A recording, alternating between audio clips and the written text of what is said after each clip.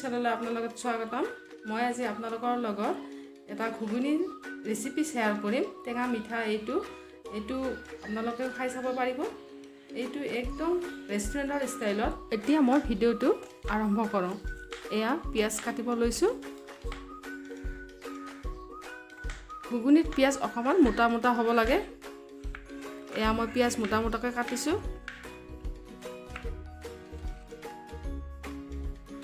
ঘুগুনিৰ সামগ্ৰীখিনি মই ৰেডি কৰি লৈছোঁ।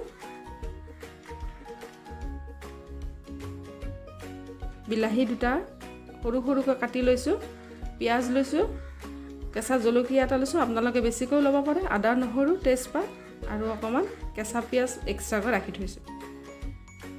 এয়া মই তেল দি দিলোঁ কেৰাহীত।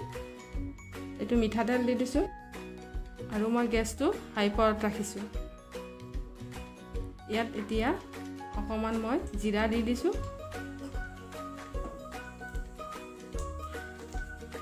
তেজপাত দি দিলোঁ।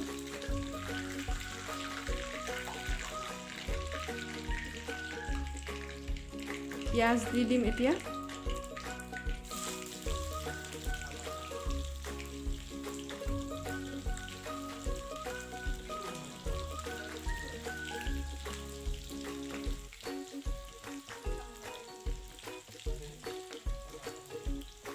গেছটো অকণমান কমাই দি দিছোঁ।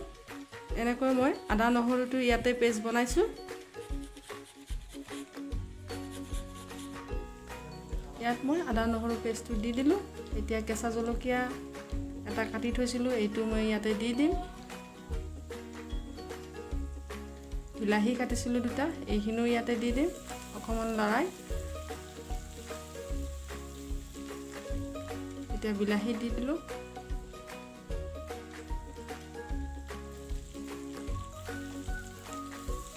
এতিয়া বিলাহী আৰু ইয়াৰ মছলা অকণমান ভাজি এইখিনি কেঁচা পিঁয়াজ ৰাখি থৈছোঁ, হ'বৰ সময়ত ওপৰত দি দিম।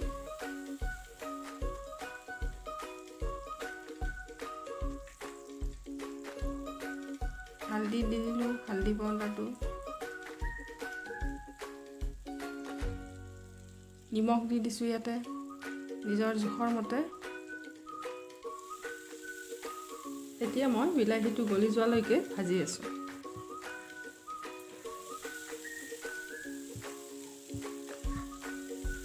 বিলাহীটো মোৰ গলি যাবলৈ ধৰিছে। ইয়াত এতিয়া মই বুট আৰু আলু বইল কৰি থৈ দিয়া আছে, এইখিনি ইয়াত দি দিম।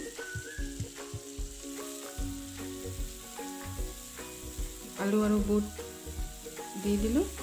এতিয়া অকণমান লৰাই ভাজিব লাগিব।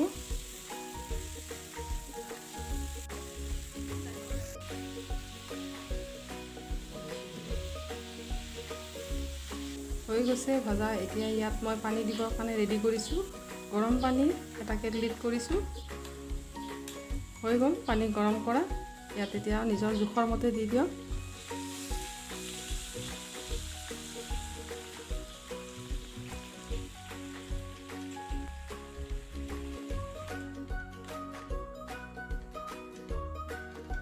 এয়া চেনি দি দিছোঁ।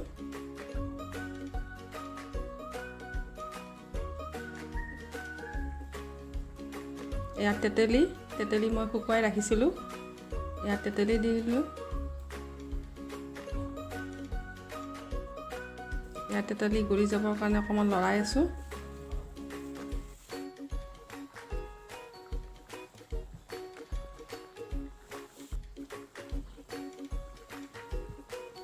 এতিয়া ইয়াত অকণমান গৰম মছলা দি দিছোঁ। ইয়াত জালুক আৰু জিৰা গুড়ি দিয়া নহয়।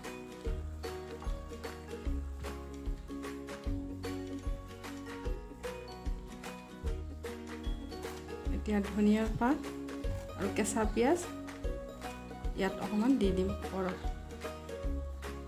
আপোনালোকে এনেকৈ দি খাবচোন, খুব টেষ্টি হয়। কেঁচা পিঁয়াজৰ যিটো টেষ্ট এইটো ইয়াতে আহিব আৰু ধনিয়া পাতৰ। এতিয়া হৈ গ'ল মোৰ ঘুগুনি ৰেডি হৈ গৈছে। এতিয়া মই ঢাকনি লগাই দিম। হৈ গ'ল এতিয়া মোৰ ঘুগুনি ৰেডি। এতিয়া মই ৰুটিৰ কাৰণে আটা ৰেডি কৰিছোঁ।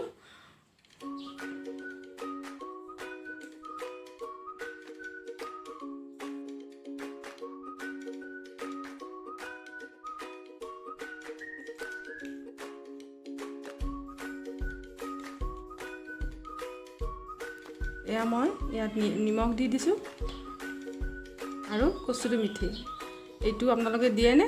এইটো দি খাবচোন ৰুটিত, খুব ধুনীয়া টেষ্ট হয়।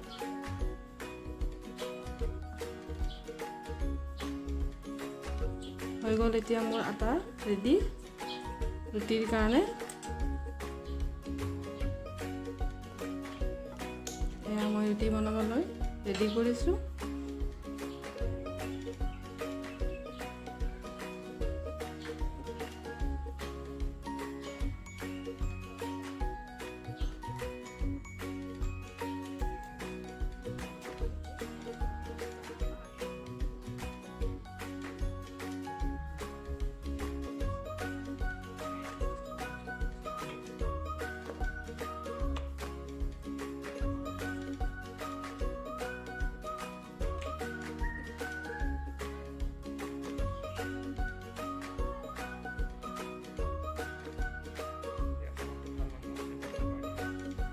এয়া ৰুটিত অকণমান ৰিফাইন দি দিছোঁ চব হ'বৰ কাৰণে, কিন্তু আপোনালোক শুকান ৰুটিও খাব পাৰে।